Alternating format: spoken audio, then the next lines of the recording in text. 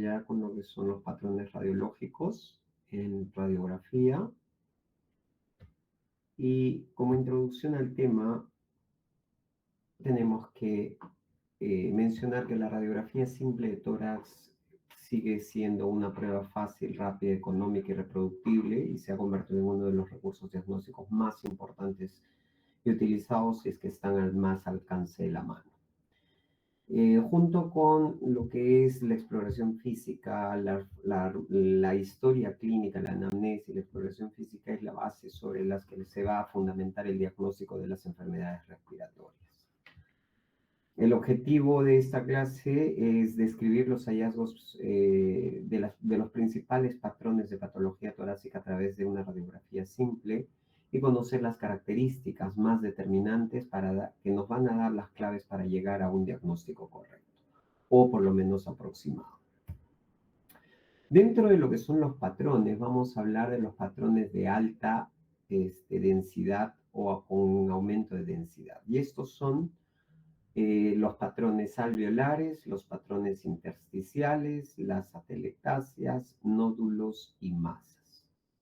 Entonces, estos son patrones de alta atenuación y vamos a empezar con patrones alveolares. ¿Qué es un patrón alveolar? La definición de un patrón alveolar es la ocupación del espacio aéreo pulmonar, ya sea esta por sangre, por pus, por agua, por edema, etc. Pueden ser generalizados, donde el aire puede estar sustituido, en el caso de patologías cardiogénicas o no, por presencia de edema. Si la causa es el tumor, pueden en estos casos ser los carcinomas broncoalveolares, los linfomas. Si es por presencia de exudado, las patologías son las neumonías, estas pueden ser bacterianas, virales, hongos, tuberculosis, entre las más representativas. Y si es por hemorragias, problemas de anticoagulación, problemas de diátesis hemorrágica, comunicación, que pueden ser causas de hemorragia. Esas son las generalizadas o difusas, pero también encontramos las localizadas o bien definidas, que son o lobulares o segmentarias. ¿Ya? Lobulares cuando nosotros nos referimos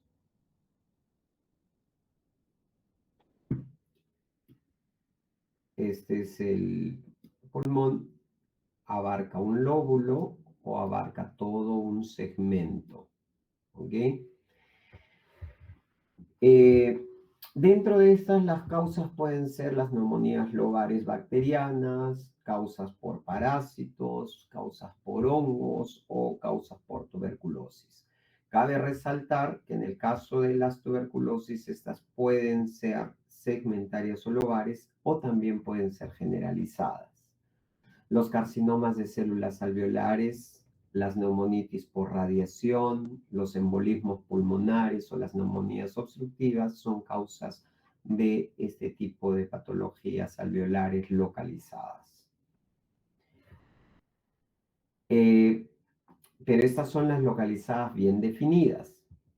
Tenemos también las localizadas mal definidas, que estas pueden ser uni o multifocales. En estas encajan el grupo de enfermedades inflamatorias como las bronconeumonías, que normalmente son bilaterales, neumonías por hongos, las enfermedades medioambientales como son las alveolitis alérgicas, las neumonitis reactivas, enfermedades vasculares como el embolismo pulmonar, las vasculitis, las neoplasias como el carcinoma de células alveolares, los linfomas, las metástasis, las neumonitis por radiación. Entre los hallazgos radiológicos, estas son las causas de las que pueden ser localizadas, segmentarias, lobulares, difusas o generalizadas. ¿Ya?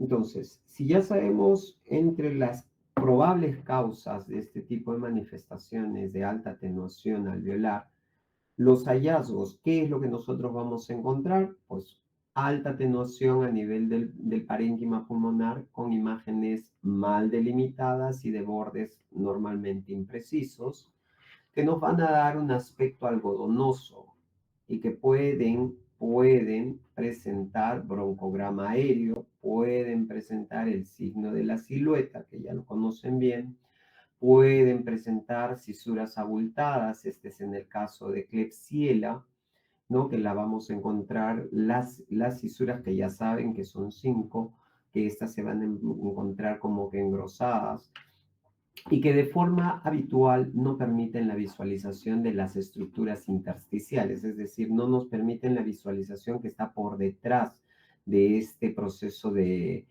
alta atenuación, ¿ya? Eh, Pueden ser también presencia de nódulos que tienden a la coalescencia, por ejemplo, las condensaciones, o en algunos casos colagenopatías o metástasis. El patrón alveolar, entonces, es un patrón como que lo vemos acá, de alta atenuación en esta imagen, donde estamos evidenciando que es de bordes imprecisos, pero en relación al resto del parénquima pulmonar se ve un incremento de la atenuación, ¿no? Por ejemplo, en este otro caso también estamos encontrando que son como que un poco más aisladas, esto ya en un compromiso nodular pequeño que pudiese ser en enfermedades como la silicosis, asbestosis, entre lo que son neumoconiosis como tales. En este otro caso vemos esta consolidación o esta alta atenuación que se encuentra en todo el lóbulo, en el campo pulmonar izquierdo, ¿no? Que la vemos y es mal delimitada, como lo estamos viendo ahí, pero todas estas están generándose como un patrón alveolar. Ocupan el espacio aéreo y ya esto puede ser, como dice la definición propia, sangre, pus, edema, líquido, ¿no? Que es lo que va a generar la manifestación de alta atenuación. Otro patrón alveolar que estamos viendo, ¿no? Ocupa todo el espacio y no nos permite hacer una adecuada visualización de lo que es el parénquima que se encuentra por detrás o las estructuras adyacentes a la lesión. En el patrón intersticial, que su definición es la afectación del espacio intersticial del pulmón, uno solo es el patrón alveolar. Este ya es un espacio de intersticio del pulmón que ya sea alteración a nivel de lo que es la misma rama bronco, del mismo árbol bronquial, ya sea de origen vascular, ¿no? O linfático. Ya hay un compromiso del parénquima en su totalidad. Según las causas, pueden ser el compromiso nodular fino y difuso. Este nodular fino y difuso lo podemos encontrar en metástasis, en histiocytosis, en enfermedades infecciosas, y en pacientes inmunocomprometidos, en tuberculosis miliar, en enfermedades por inhalación, como también son las neumoconiosis y asbestosis, que en su inicio van a presentar solo como especie de nódulos aislados y que ya haciéndose más difuso se pueden hacer más coalescentes y formar áreas de alta atenuación compacta. En el caso de las enfermedades infecciosas, recordemos que un paciente inmunocomprometido va a tener mayor facilidad de desarrollar infecciones oportunistas y cuando son por causas o las causas por ahí más frecuentes, como en el caso de los pacientes con VIH, pueden ser la presencia de hongos. Hay otro patrón que es el reticular fino. Uno es el nodular, el otro es el reticular. Este reticular normalmente lo podemos evidenciar en un edema pulmonar, ya sea por compromiso venoso linfático, en neumonías agudas intersticiales, en en el NIU, que es la neumonía intersticial usual, pero es que ya lo vamos a ver cuando entremos directamente a tomografía. Causas por neoplasias, enfermedades ambientales, enfermedades intersticiales idiopáticas crónicas.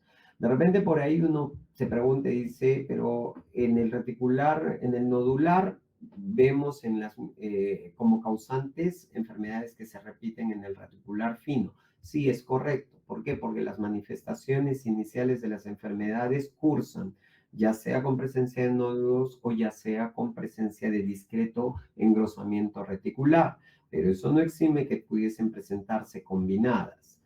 Cuando hablamos de un caso de reticular grueso o lo que llamamos empanal de abeja, los septos van a llegar a medir entre 2 a 3 milímetros. Obvio que este reticular grueso no se va a poder hacer la disquisición directa en una placa radiográfica, pero quien nos va a ayudar a ampliar el panorama va a ser la tomografía, por la capacidad de hacer la medición de los septos que van de 10 milímetros. Las colagenosis entran en un reticular grueso. Hablamos de la presencia de enfermedades, ya sea como artritis reumatoidea, lupus eritematoso, por mencionar algunas.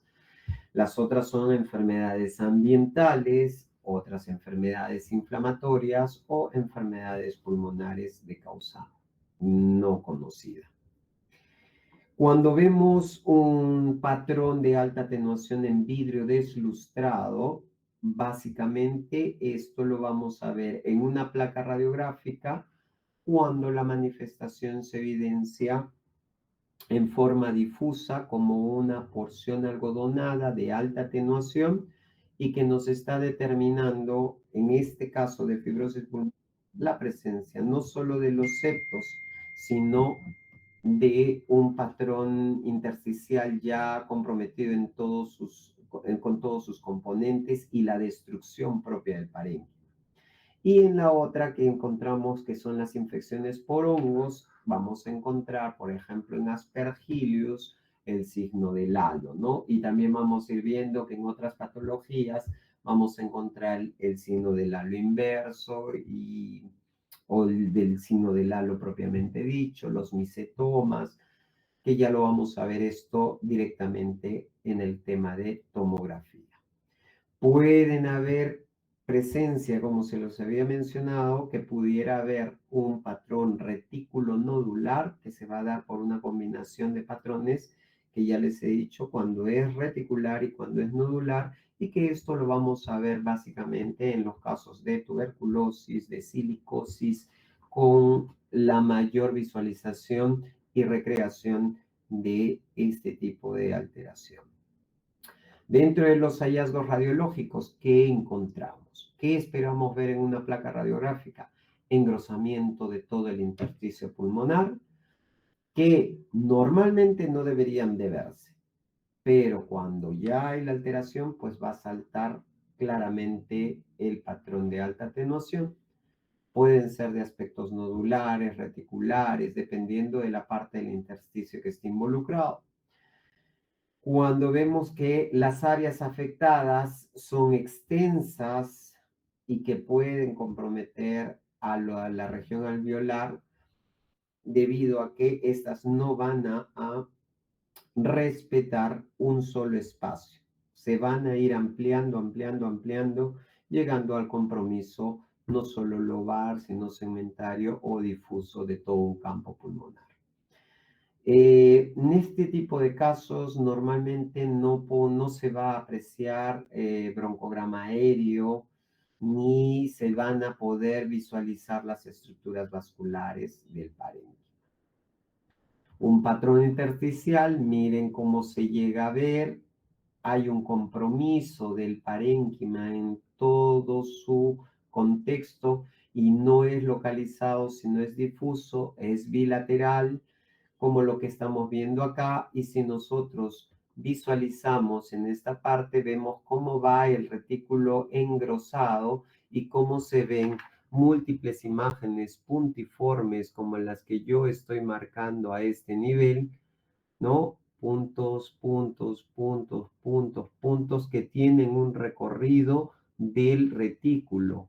Entonces, el retículo está engrosado y se forman como un aspecto arrosariado y que se llegan a visualizar estas imágenes que representan un patrón retículo nodular claramente visible en este punto de acá. En este caso, inclusive lo vemos de aspecto coalescente en el campo pulmonar izquierdo que se muestra de esta forma y que en este caso en especial representó una linfangitis carcinomatosa en el paciente. Otro patrón nodular fino y difuso, ¿no? Que si ustedes ven, solo se ven bastantes puntos, ¿no? Es un patrón reticular y un patrón nodular. Miren este patrón reticular en la parte de acá que se ve, ¿no?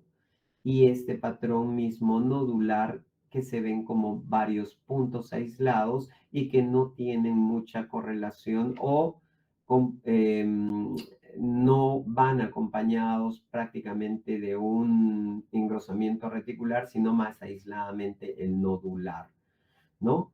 Entonces, en este caso estamos viendo que el compromiso del intersticio es bilateral, es de alta atenuación, es retículo nodular por lo que estamos viendo y representa una neumonía intersticial bilateral. En este caso, el germen aislado o el virus aislado fue una neumonía por varicela.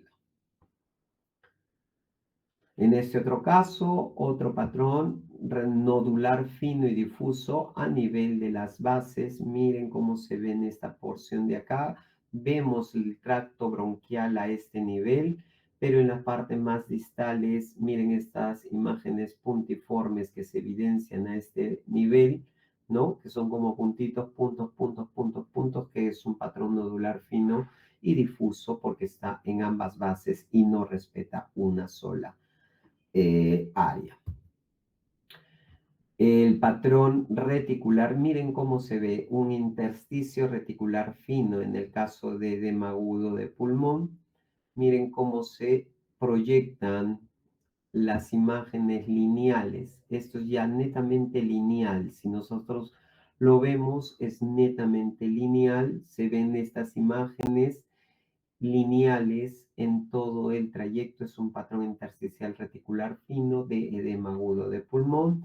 Vean esta silueta cardíaca también que se encuentra agrandada, estas imágenes que se ven a este nivel. Cuando la causa es cardiogénica, pues la vamos a ver las líneas B de Kerley en las partes más subpleurales y de predominios basales, ¿no? A este nivel igual.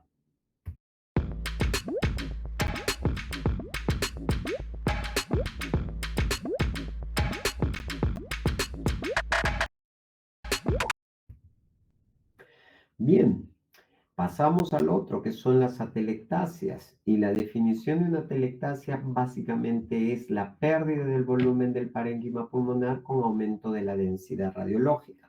Es decir, estas atelectasias son tienen distintos tipos, pero se van a caracterizar por formarse como imágenes cicatrizales dentro del parénquima pulmonar y normalmente pueden ser de aspecto secuelar. Una vez presentadas, no se van a eliminar y las vamos a ver como secuela de algún tipo de proceso como antecedente que haya tenido el paciente. Tenemos 5 tipos de atelectasias: las compresivas, las obstructivas, las pasivas, las cicatriciales y las adhesivas. En el caso de las compresivas, normalmente van a ser por causas tumorales. Como ejemplo pueden ser el carcinoma broncogénico, ¿no? Que normalmente tiene predilección por estar ubicado en el límite de mediastino medio, los linfomas y las metástasis. Las causas obstructivas básicamente es por la presencia de un cuerpo extraño que ha generado una obstrucción, como su mismo nombre lo dice, y ya de ahí para adelante no llega a pasar ni contenido aéreo y esto se va a colapsar, se va a engrosar y va a formar una atelectasia obstructiva. Pueden ser también por tapones mucosos o por presencias de adenopatías que generan una compresión extrínseca y al generar la compresión extrínseca van a generar la ausencia de pase de aire por ese nivel, se va a engrosar el nivel a nivel del intersticio y va a quedar como una imagen lineal, pero también pueden ser de gran envergadura, así que las causas por con el antecedente epidemiológico y la anamnesis, se tragó una moneda, se tragó una pila, se tragó un poroto, lo que se haya pasado el paciente, va a generar una obstrucción, este cuerpo extraño, y por consiguiente la atelectasia obstructiva. Las pasivas se van a dar básicamente por la presencia de efusión pleural o derrame pleural. Las cicatrizales son las secuelas que se van a presentar en los casos de tuberculosis, cistoplasmosis y silicosis, ya que son enfermedades que generan destrucción del parénquima y son irreversibles. En el caso de la silicosis, es una enfermedad que pertenece al grupo de las neumogoniosis, ¿no? Ambiental, por el tipo de trabajo que se desempeña, y una vez que ingresa al cuerpo, no se va a recuperar. Es acumulativa, pero no tiene capacidad de mejoramiento. Entonces, ¿y qué van a generar? Este tipo de atelectasias. Y las adhesivas se van a presentar como secuelas de básicamente procesos inflamatorios. Dentro de los hallazgos radiológicos para las atelectasias, cabe resaltar que tenemos que considerar los directos y los indirectos. La imagen de densidad de partes blandas en el caso de los directos son densidades de partes blandas con colapso, que pueda ser completo o parcial del parénquima pulmonar y que pueden presentar también broncograma aéreo o signo de la silueta, dependiendo de la localización y de la dimensión. Van a encontrarse desplazamientos de las fisuras adyacentes hacia la lesión, es decir, la atelectasia lo que va a generar es una retracción, es una cicatriz que va a retraer todo lo que se encuentre adyacente a este tipo de atelectasia. Y las causas o hallazgos indirectos es básicamente, si yo tengo una atelectasia que me está generando en todo el lóbulo superior izquierdo, van a generar en forma compensatoria el crecimiento del hemitórax contralateral, ¿no? ¿Por qué? Porque esta atelectasia, como bien ya sabemos, es como una cicatriz y eso ya va a dejar de ser funcional. Por consiguiente, en forma compensatoria va a retraer, jalar y generar un crecimiento en forma compensatoria. Los desplazamientos ciliares y mediastínicos homolaterales, que también se desplazan, también se contraen y también se retraen.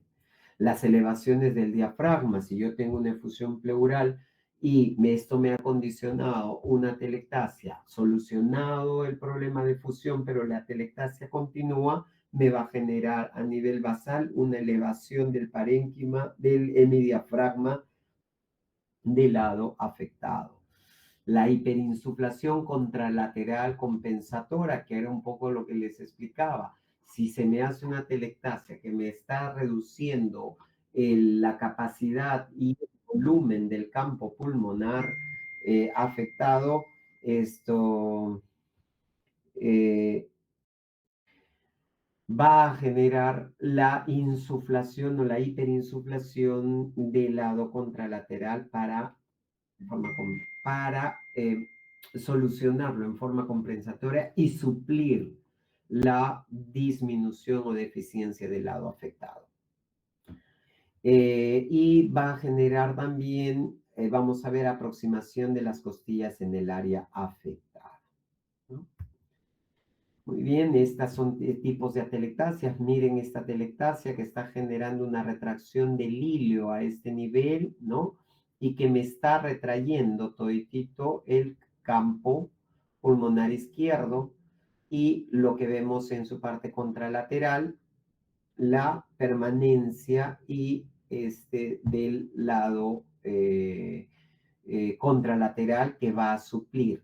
Por ejemplo, acá tenemos otra retracción en la parte más inferior, ¿no? Que se asocian con tractos fibrosos de ascendencia cefálica o de proyección cefálica. Y miren cómo empieza a generar retracciones. Acá vemos inclusive que tiene el antecedente traumático por una fractura de arco costal, ¿no? Y que todo esto está generando una retracción del campo pulmonar eh, afectado.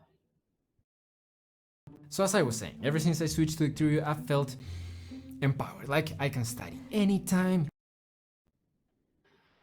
En el caso de los nódulos y masas, ¿cuándo tenemos un nódulo y cuándo tenemos una masa? Primero vamos a identificar cuándo se dice que es un nódulo y cuándo es una masa, y esto va a estar en relación básicamente al tamaño. El nódulo tiene que medir de 2 milímetros hasta 3 centímetros, y por encima de 3 ya se considera una masa. La definición global de ambas lesiones es una imagen focal con aumento de la densidad. Es decir, el nódulo, la masa la vamos a ver en una placa radiográfica radiopaco y en una tomografía como hiperdenso. Ya son bien definidas y por lo general, pueden ser por lo general, no es que siempre veo un redondito, ya este es un nódulo nada más, porque hay algunas que también podrían tener alguna característica no muy bien redondeada y no por eso dejar de ser una masa. Lo del tamaño que se los había dicho, el nódulo de 2 milímetros a 3 centímetros de diámetro, la masa mayor de 3 centímetros. Según el número, cuando tenemos una masa o un nódulo solitario. Dentro de la etiología de causas específicas, el granuloma por tuberculosis, dentro de lo que son neoplasias malignas, ya sean primarias o metástasis, pueden ser causa del cáncer broncogénico, carcinoma broncogénico, como primera opción, y dentro de los tumores benignos, los amartomas.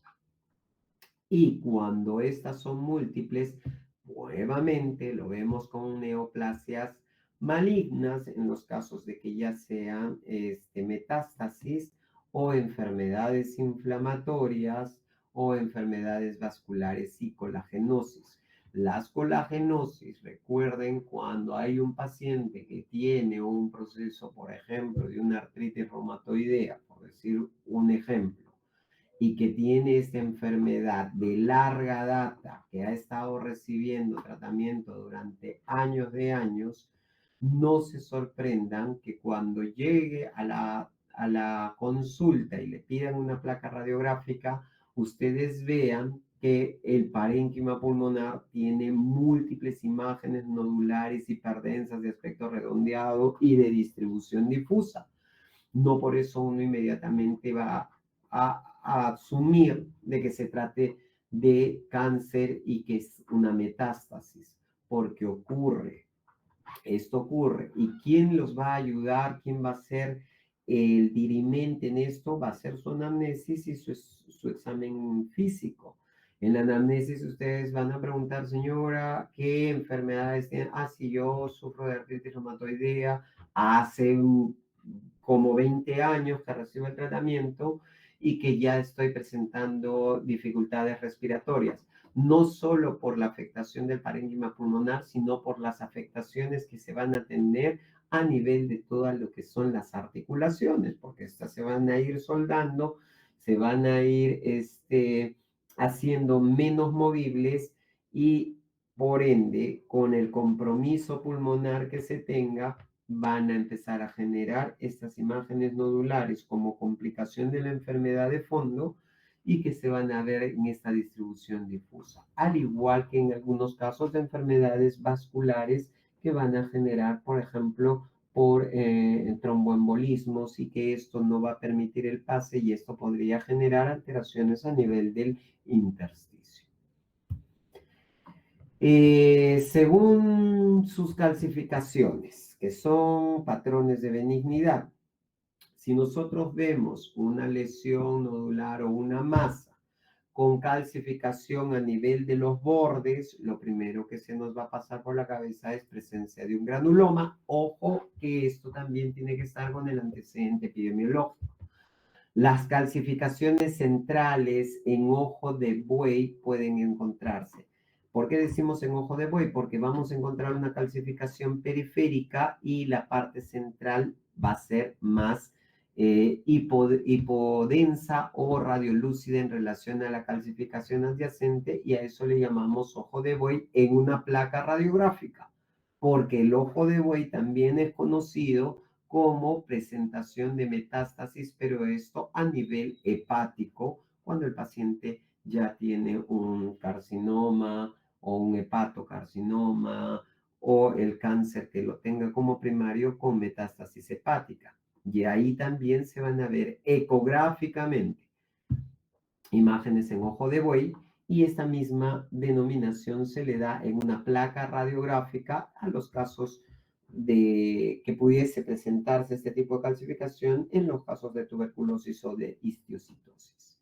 Las calcificaciones en diana, que es como el pool, ¿no? La diana es como el pool que que tenemos varios círculos, ¿no? O en cáscara de huevos, que se van a dar en el caso de la psiquilicosis o las calcificaciones centrales con un halo graso, como es las palomitas de popcorn, que es así como se les conoce, y esto van a ser en los casos de amartomas. Como patrones de benignidad, como patrones de malignidad, las calcificaciones van a ser excéntricas, distróficas, irregulares y algunas calcificaciones en forma de punteado. Si yo veo una masa o un nódulo con calcificación excéntrica y no alrededor de toda la lesión, no en diana, no en central, no en una cáscara de huevo, y solo está la calcificación en un costado, ya me va a llamar el ojo para pensar en que esto puede ser un patrón de malignidad, al igual que las calcificaciones en punteado.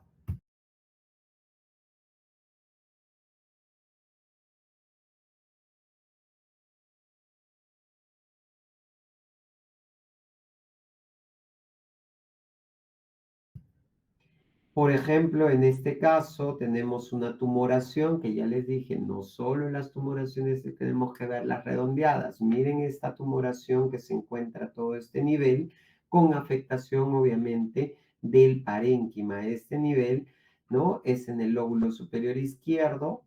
Se nota la definición, ¿no? Tiene unos contornos medios lobulados, ¿no? Y la densidad es no del todo clara porque llegamos a ver que es media heterogénea, ¿no? Y va a borrar los contornos del mediastino. Miren, no llegamos a hacer una disquisición del mediastino, por cuanto en este caso valdría el término de signo de la silueta, porque son dos estructuras de la misma densidad en un mismo plano, pero en diferente nivel, pero que nos están mostrando de que no se llega a hacer la disquisición. Acá vemos nosotros el reborde de lo que es la aorta, pero no vemos el límite, como en este caso, que vemos esta como una especie de tinta china que se ve el relieve a nivel de lo que es el parénquima, la pleura, el parénquima y el mediastino. Otros nódulos pulmonares son los que vemos en esta imagen. Acá hay un nódulo pulmonar que se encuentra como sobrepuesto sobre la estructura ósea, pero que lo estamos llegando a definir bien. Acá tenemos otras imágenes que también se encuentran redondeadas, bien delimitadas, de distribución difusa, como los que estamos viendo en toda esta imagen del hemicampo derecho. ¿Ya? Bien. Acá, por ejemplo, vemos una masa pulmonar de bordes casi definidos, que es esta parte de acá, y es en este caso, una masa de probable origen carcinomatoso, ¿no? Lo vemos y cuando estas masas las podemos llegar a visualizar más periféricamente o subpleural, son fáciles de poder sacar la muestra guiada por medio de ecografía guiada para la obtención de la realización de una biopsia. Esto es en cuanto se refiere a los patrones de alta atenuación. ¿Ya?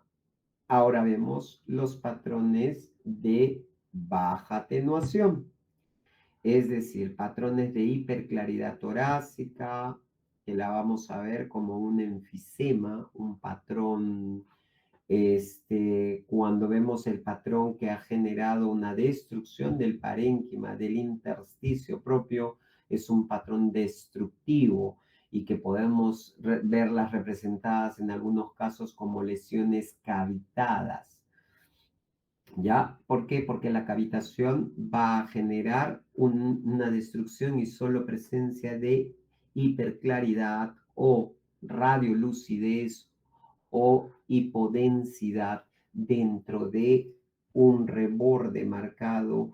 En el caso de lo que es una cavitación, el reborde va a ser bien enmarcado, engrosado y que dentro de ella no hay tejido pulmonar, no hay estructuras alveolares ni linfáticas. ¿Por qué? Porque eso está destruido. ¿Eso va a mejorar? No, no va a mejorar.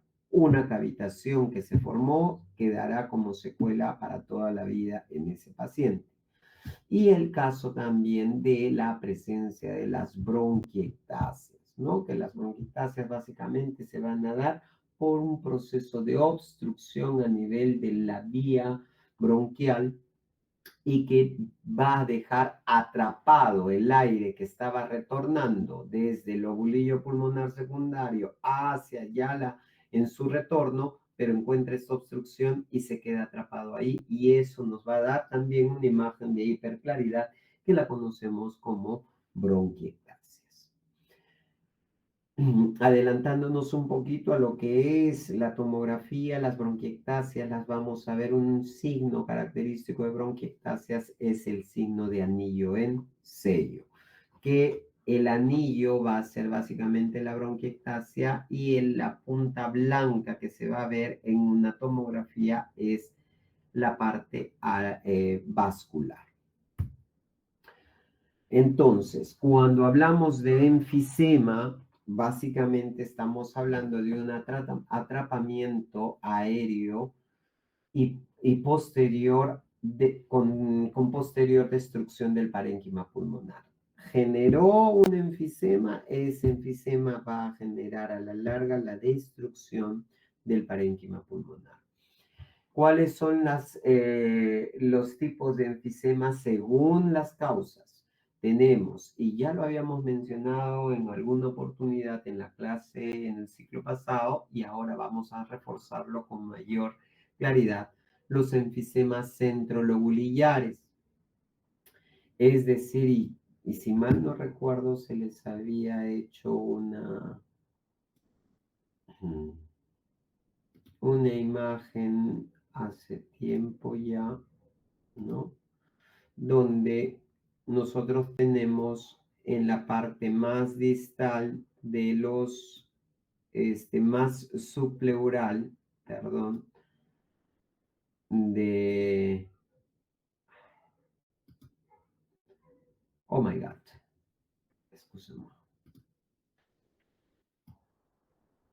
más distal del parénquima, es decir, del parénquima pulmonar en la región subpleural. Estos van a ser los lobulillos pulmonares secundarios. Cuando hablamos de un enfisema centrolobulillar es porque en la parte central se está viendo de que hay una área de hiperclaridad. ¿Ya? Cuando hablamos de panlobulillar, que es porque puede afectar toda esta parte de acá, Y cuando hablamos de un enfisema paraseptal, lo vamos a encontrar en la parte de acá. ¿Ok? Entonces son enfisemas centrolobulares, que es el más común, de predominio en los lóbulos superiores y que van a estar asociados a tabaquismo.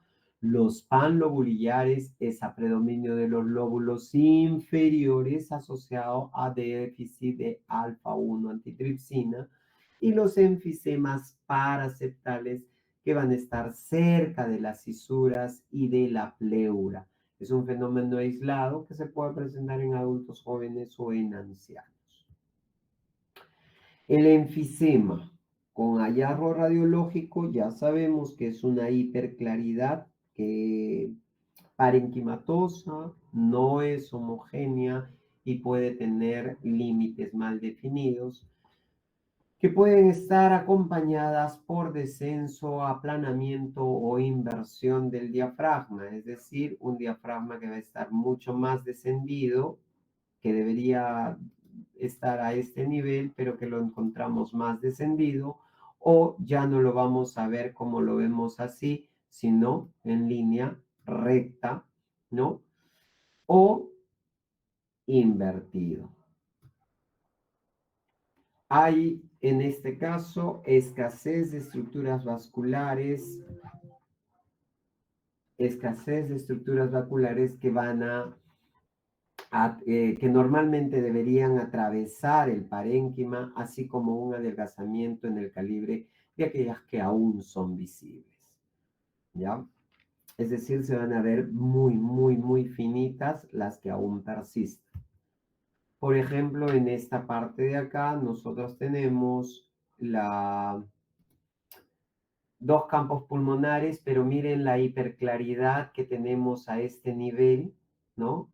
Que tenemos a este otro nivel y que no guarda mucha relación. Acá hay un adelgazamiento de la pared vascular, lo que debería de verse como en el caso del lado derecho y en el lado izquierdo que no lo estamos viendo así. Y es esa básicamente hiperclaridad que se viene presentando. Puede haber un aplanamiento del diafragma, como lo estamos viendo acá. Miren cómo se aplanó el diafragma a este nivel, ¿no? O elevación propia del diafragma. Oh my God. En esta otra vemos el aplanamiento prácticamente del diafragma en una zona de hiperclaridad por un enfisema, ¿no? Nuevamente, ¿no? El aplanamiento que lo estamos viendo acá en estas zonas. Los patrones destructivos, en el caso de las lesiones cavitadas, cuya definición básica es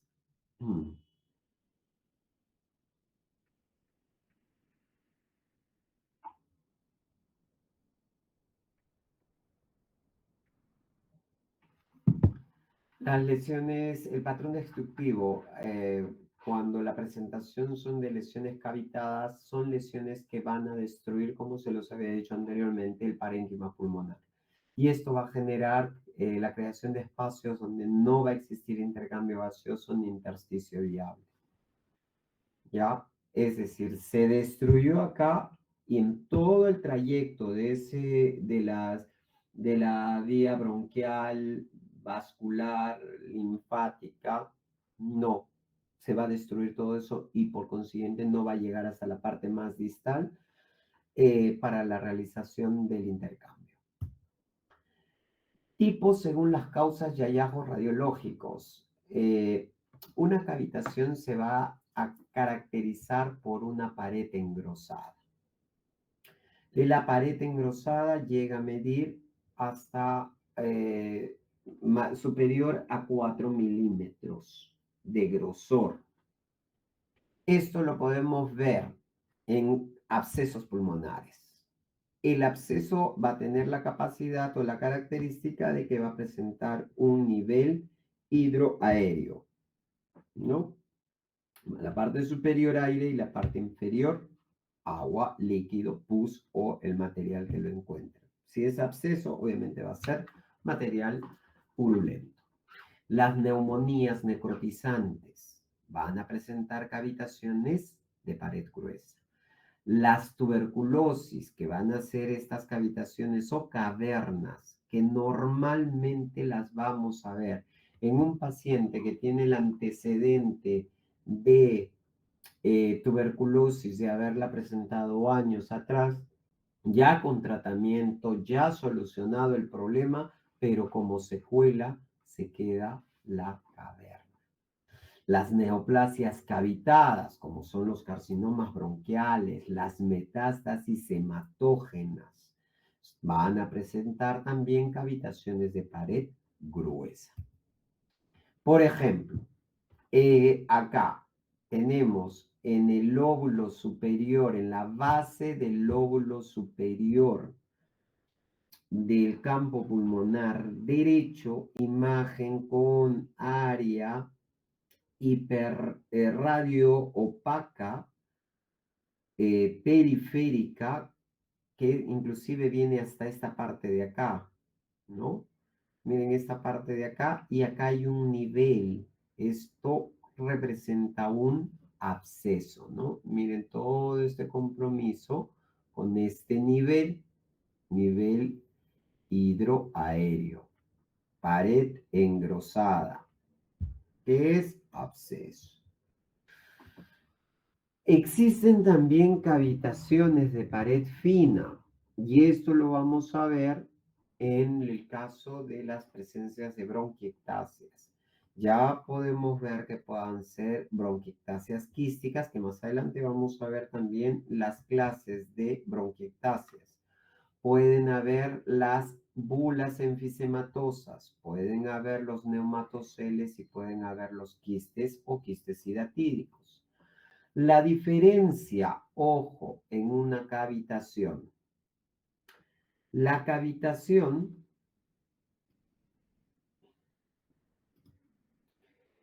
vamos a hacerla con un color. Esta es una cavitación, ¿ok? La cavitación es una pared gruesa, ¿ya?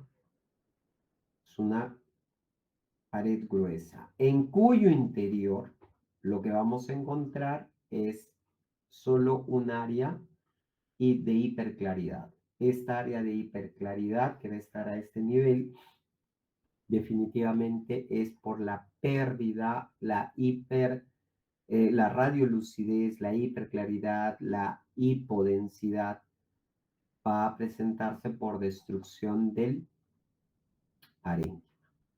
Grosor de la pared de la cavitación es mayor de 4 milímetros.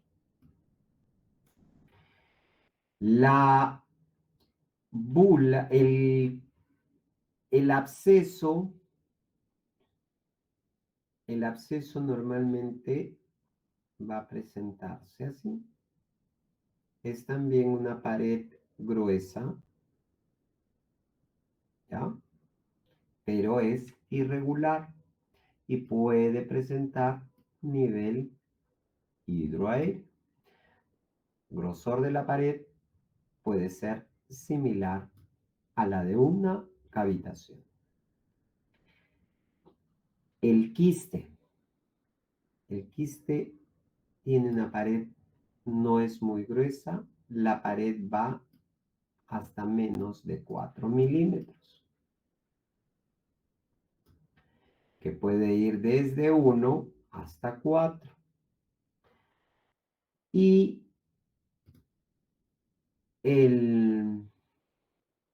la bula,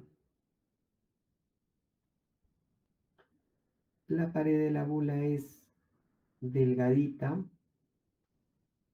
y puede llegar a medir 1 milímetro. Entonces, las distintas cavidades que podemos encontrar van a estar denotadas por el grosor de la pared. ¿Ok?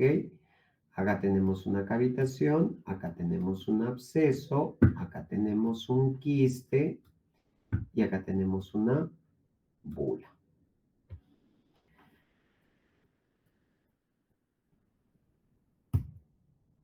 Por ejemplo, miren toda esta imagen que nosotros estamos visualizando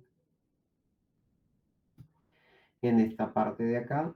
Es una pared delgada con presencia de radiolucidez en su interior y corresponde a una bula, igual que en la imagen de acá.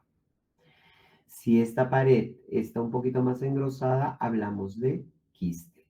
Si esto mide más de 1 milímetro, es un quiste. Si esto mide más de 1 milímetro, es un quiste. Si esto mide, la pared mide menos de 1 milímetro, una bula. ¿Ya? Por ejemplo, acá tenemos otra lesión, pero esta lesión es de pared más engrosadita. Si va de 1 a 4, es un quiste. Si va más de 4, es una cavitación o es un absceso, pero en este caso es una lesión quística. ¿Ok? Ahora, el caso de las bronquiectasias.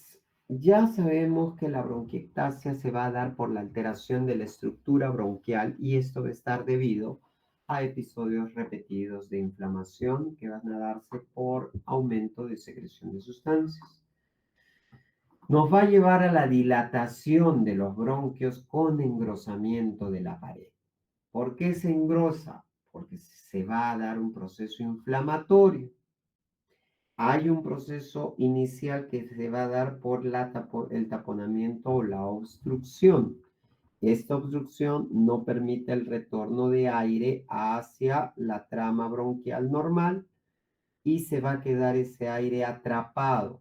Al generar ese atrapamiento, lo que va a generar es un proceso inflamatorio de las paredes del bronquio. Al producirse este engrosamiento de las paredes del bronquio con la presencia de la imagen radiolúcida dentro de esta, se produce una bronquiectasia. ¿Existen tipos de bronquiectasias? Claro que existen. ¿Y cuáles son? Las bronquiectasias cilíndricas o tubulares, que van a tener un contorno regular de diámetro distal discretamente dilatado y tapones mucosos en su luz, por ejemplo, en los casos de neumonías. ¿Ya? Las varicosas, entonces la cilíndrica es como esto de acá, ¿no? Es netamente tubular y bien definida. La varicosa, como su mismo nombre lo dice, va a tener una distribución irregular, ¿no? Que va a ir de aspecto serpentoso con múltiples lobulaciones, por eso es varicosa. Y en estas varicosas lo que vamos a encontrar es mayor dilatación, esos contornos son irregulares y va a generar constricciones fibrosas de aspecto arrosariado, como un rosario, su mismo nombre lo dice.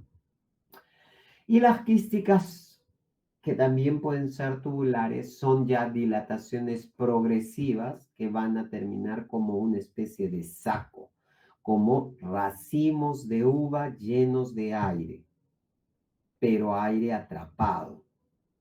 Recuerden que una bronquiectasia, una vez que se presenta, es irreversible. Vamos a encontrar algunos signos, como es el signo del manguito, que básicamente es el engrosamiento de la pared bronquial y del engrosamiento perivascular en todo lo que es el intersticio. Es como un manguay, ¿ya? El signo de Rayleigh o de la línea de tren, vamos a decirlo así, se da por el engrosamiento longitudinal de las paredes bronquiales. Es decir, si nosotros acá tenemos el signo del manguito, la pared está engrosada del bronquio y de la región perivascular del bronquio. ¿ok? Pero tiene esta connotación y que termina acá porque este es el atrapamiento de aire y termina como una especie de manguito. El signo del rey lo vamos a ver básicamente de esta forma.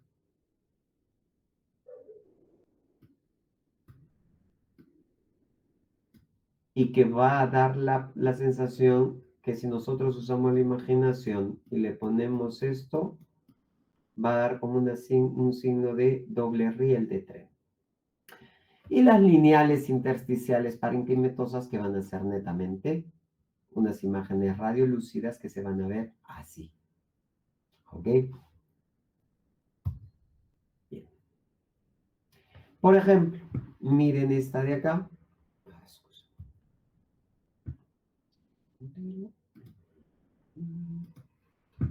Miren esta imagen de acá, engrosamiento de la línea, ¿no? ¿La llegan a visualizar? Sí, miren, justo acá, donde estoy pasando yo, esa es una bronquiectasia.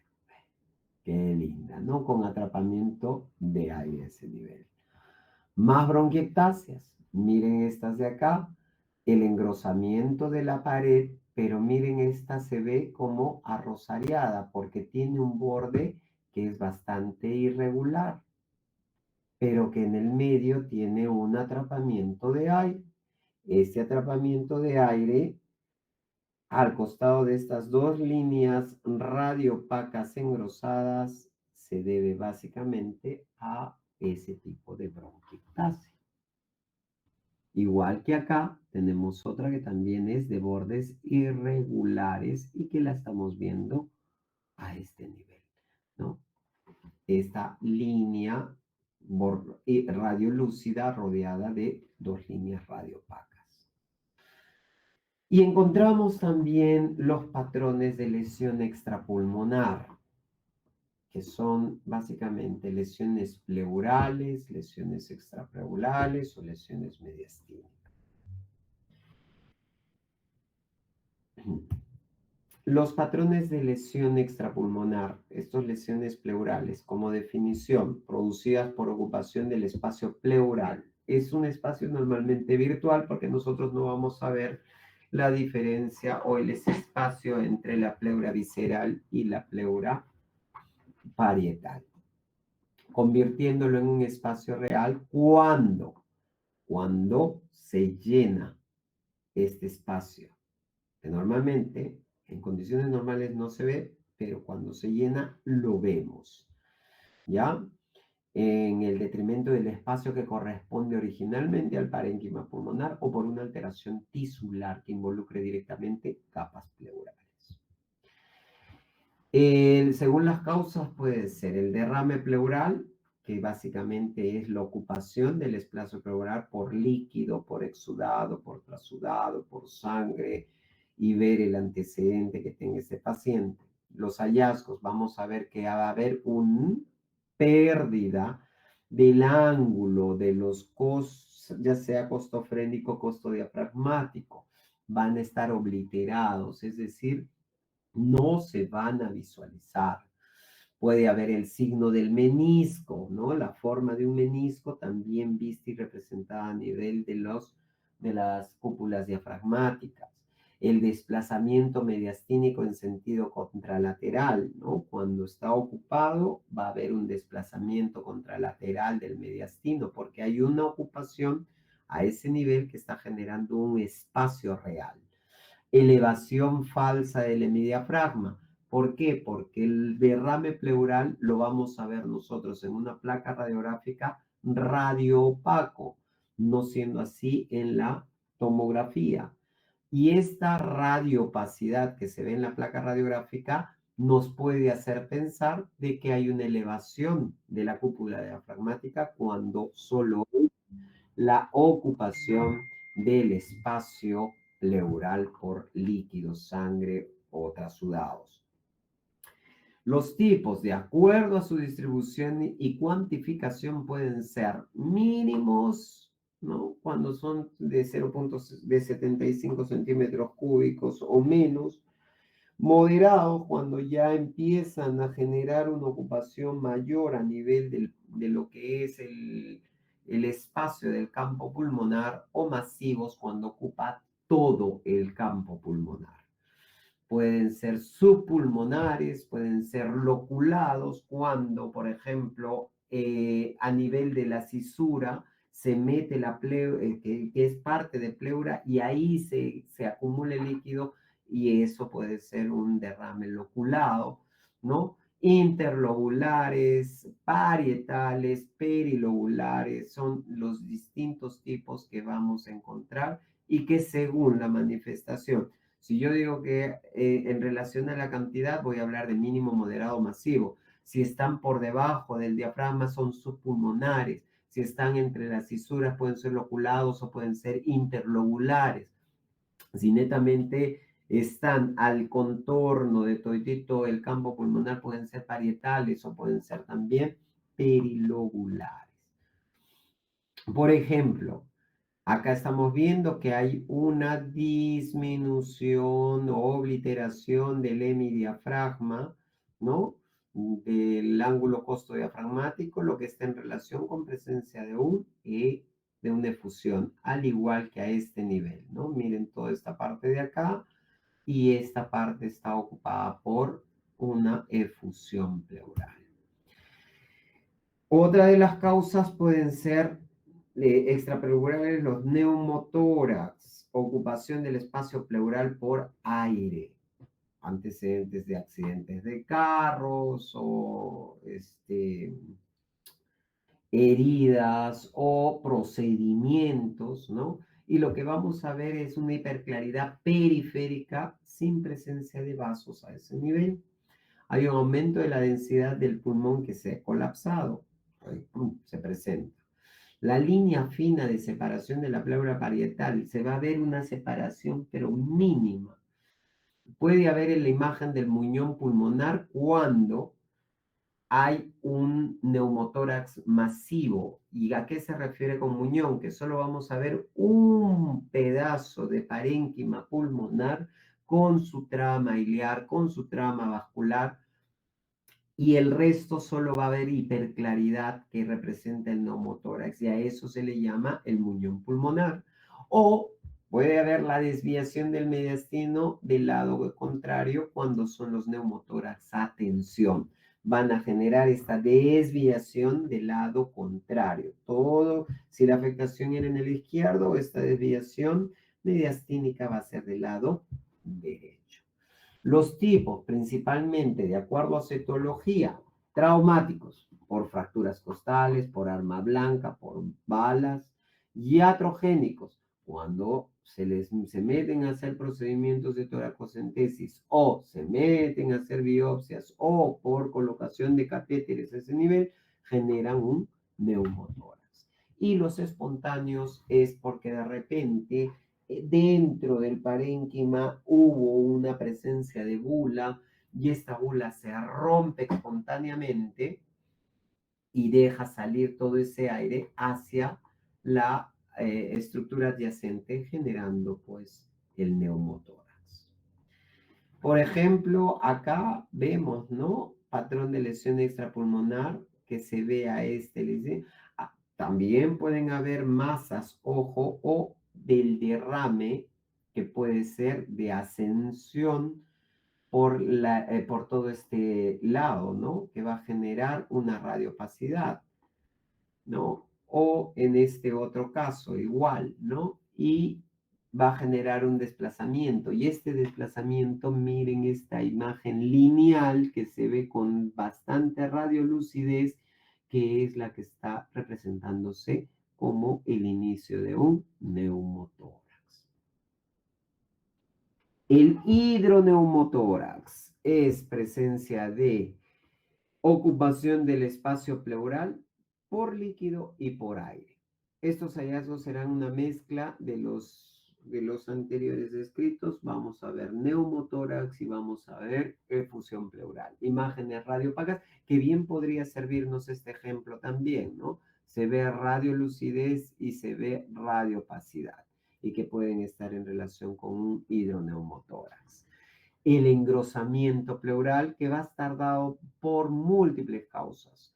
Normalmente secuelas de procesos infecciosos, inflamatorios, en los casos de ingestión o inhalación de asbesto, de talco, de polvo, ¿no?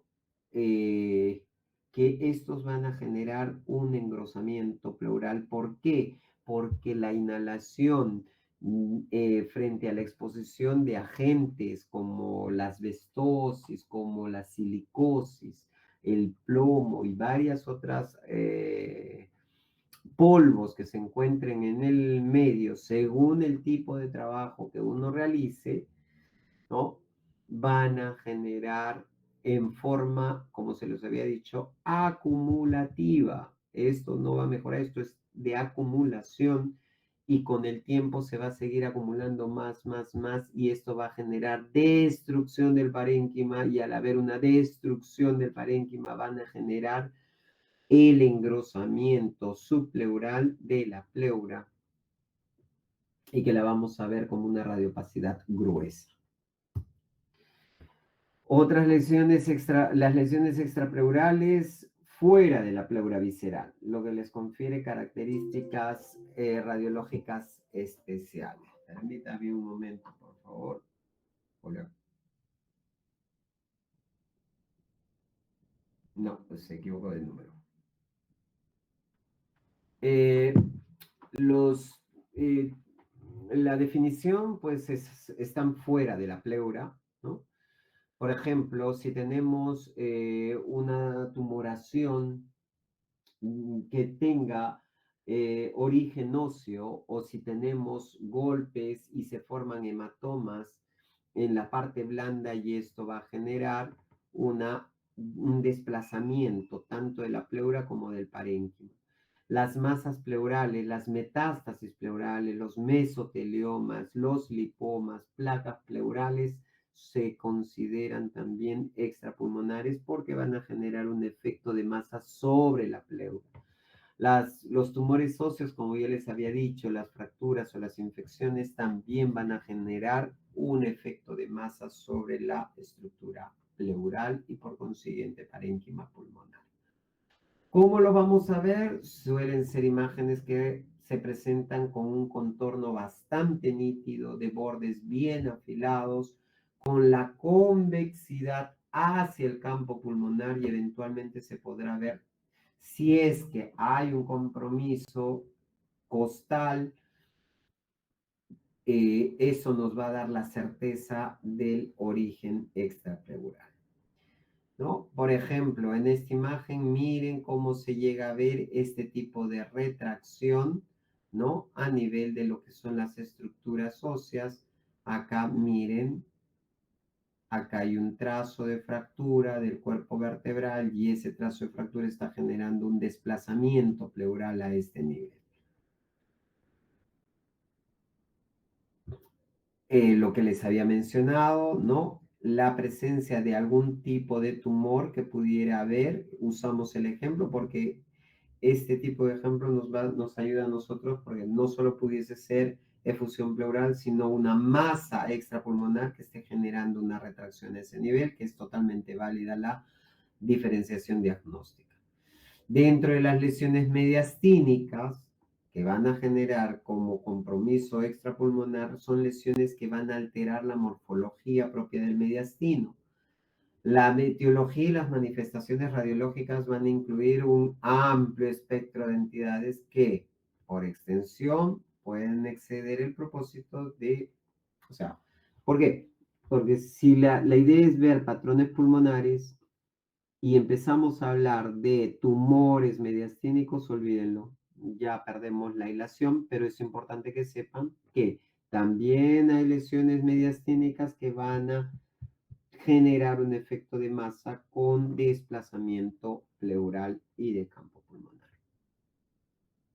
Masas, ya lo hemos visto, mediastino anterior, tiroides, timomas, teratomas, linfomas, terribolinfomas, aneurismas, dilataciones del de vena cava superior, etcétera, del mediastino medio, también lo hemos visto en el ciclo pasado y esto lo vamos a hacer como un recordaris para ustedes: adenopatías, quiste broncogénico, alteraciones esofágicas, neoplasias, divertículos, dilataciones, hernias diafragmáticas. En el mediastino posterior, los tumores vertebrales, neurales, aneurismas de la aorta descendente, entre las que podrían ser causas extrapleurales que se involucran en la definición de masa. Y el desplazamiento va a estar dependiendo de hacia dónde se desplaza, y en relación con los demás hallazgos radiológicos nos va a dar estas pistas sobre las patologías subyacentes. ¿Cómo los vamos a ver? Por lo general hallaremos el ensanchamiento del mediastino, si es que es una lesión mediastínica. Si sabemos que es en el mediastino anterior, el timoma, la tiroides, el terribolinfoma van a ser claramente identificables. ¿Por qué? Porque van a generar un efecto de masa a ese nivel, ¿no? Con la alteración de la morfología y las densidades características de cada lesión, ¿no? Por ejemplo, acá nuevamente vemos que hay una dilatación de la aorta a este nivel. Estamos viendo que se genera aparte de este botón aórtico, esta dilatación que podría estar en relación a una dilatación aneurismática. Bien, entonces, visto todo esto de patrones de alta, de baja, atenuación, nódulos, masas, bronquiectasias, atelectasias y demás temas que hemos tocado, vamos a concluir que la radiografía simple de tórax es el método de primera elección para un estudio inicial de una patología pulmonar a ojo cerrado. Es necesario que ustedes puedan ampliar este conocimiento y que puedan ejecutarlo, y aprenderlo, hacer la diferenciación de estos distintos patrones para que ustedes puedan hacer una adecuada interpretación o una interpretación aproximada con los signos radiológicos que existen, para que puedan dar una buena presunción diagnóstica. Muy bien, no sé si tienen alguna pregunta.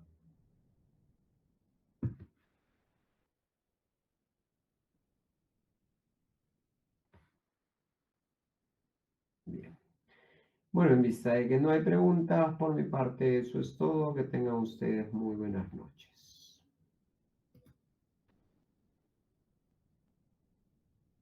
Buenas noches, doctor. Hasta luego. Hasta luego, doctor. Gracias, doctor. Buenas noches. Hasta luego, doctor.